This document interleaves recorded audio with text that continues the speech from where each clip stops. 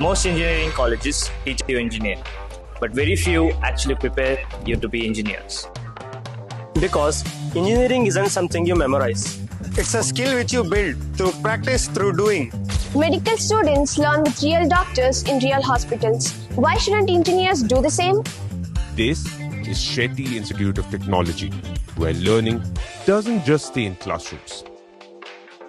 Students don't just study concepts, they apply them, build them, and test them.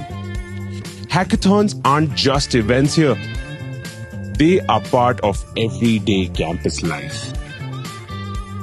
Startups aren't just ideas, they are built, tested, and brought to life. Careers don't begin in the final year, they begin the day you step in. Our students aren't just graduates, they are problem solvers, builders, and thinkers. Shetty Institute of Technology, Kalburgi. Here, engineering goes beyond the classroom. Admissions open for 2026. ಇದು ನಾವು ಕಲಬುರಗಿಯಿಂದ Shetty institute of technology engineering ಕಾಲೇಜಿಂದ ಇದ್ದೀವಿ.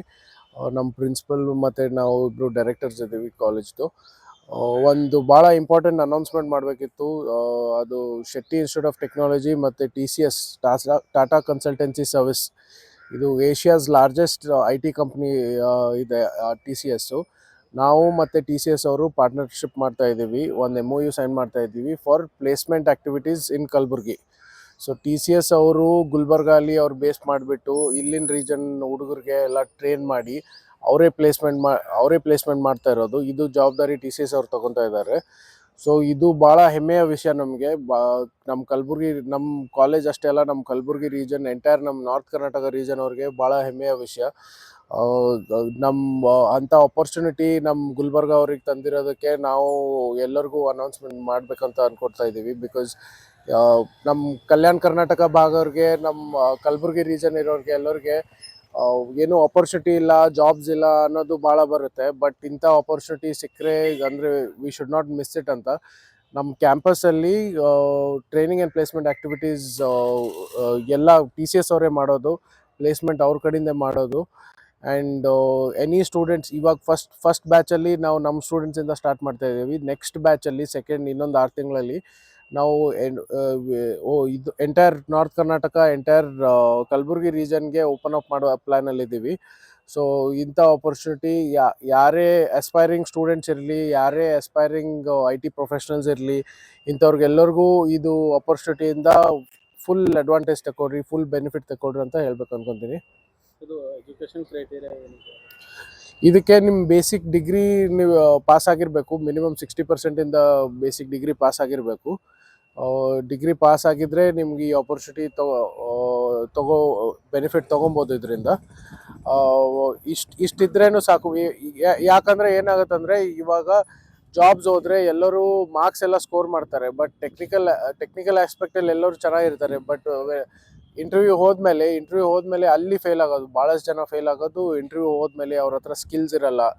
Apart from technical skills ಅವ್ರ ಹತ್ರ soft skills ಇರಲ್ಲ, interview skills ಇರಲ್ಲ, ಭಾಳಷ್ಟು ಪ್ರೆಸೆಂಟೇಷನ್ ಸ್ಕಿಲ್ಸು, ಕಮ್ಯುನಿಕೇಷನ್ ಸ್ಕಿಲ್ಸ್ ಆಗಲಿ, ಏನೇ ಇರಲಿ, ಇಂಥವೆಲ್ಲ ಸ್ಕಿಲ್ಸು ಅವ್ರಿಗೆ ನಮ್ಮ ಗುಲ್ಬರ್ಗ ರೀಜನಲ್ಲಿ ಎಕ್ಸ್ಪೋಜರ್ ಇರಲಾರ್ದಕ್ಕೆ ಭಾಳಷ್ಟು ಕಲೆಕ್ಟ್ ಸಿಗೋದಿಲ್ಲ. ಸೊ ಇವಾಗ TCS ಅವ್ರು ಏನು ಮಾಡಿದ್ದಾರೆ, ಗುಲ್ಬರ್ಗಲ್ಲೇ ಬೇಸ್ ಮಾಡಿಬಿಟ್ಟು ಅವರೇ ನಮ್ಮ ಕಾಲೇಜ್ ಥ್ರೂ ಅವರೆಲ್ಲರಿಗೂ ಟ್ರೈನಿಂಗ್ ಮಾಡಿ ಪ್ಲೇಸ್ಮೆಂಟ್ ಆ್ಯಕ್ಟಿವಿಟೀಸ್ ಕೊಡಬೇಕಂತ ಪ್ಲ್ಯಾನ್ ಮಾಡಿದ್ದಾರೆ. ಸೊ ಅವ್ರ ಪ್ಲೇಸ್ಮೆಂಟ್ ಆ್ಯಕ್ಟಿವಿಟೀಸ್ ಅಂದರೆ ನಿಮ್ಮ TCS ನೆಟ್ವರ್ಕಿಂದ ಎಷ್ಟು ಅಂದರೆ ಅಷ್ಟು ದೊಡ್ಡ ಕಂಪ್ನಿ ಇದ್ದರೆ ಅವ್ರ ನೆಟ್ವರ್ಕಿಂದ ಏನೇನು ಪ್ಲೇಸ್ಮೆಂಟ್ ಆ್ಯಕ್ಟಿವಿಟೀಸ್ ಆಗುತ್ತೆ ಎಲ್ಲನೂ ಓಪನ್ ಆಗುತ್ತೆ ನಮ್ಮ ಸ್ಟೂಡೆಂಟ್ಸ್ಗೆ. ಇಲ್ಲ, ಯಾವ ಥರ ಸ್ಕಿಲ್ಸ್ಗಳಿಗೆ ಅಪರ್ಚುನಿಟೀಸ್ಗಳಿವೆ? ಇದು ಮೇನ್ಲಿ IT ಪ್ರೊಫೆಷ್ನಲ್ಸ್ಗೆ ಇರೋದು.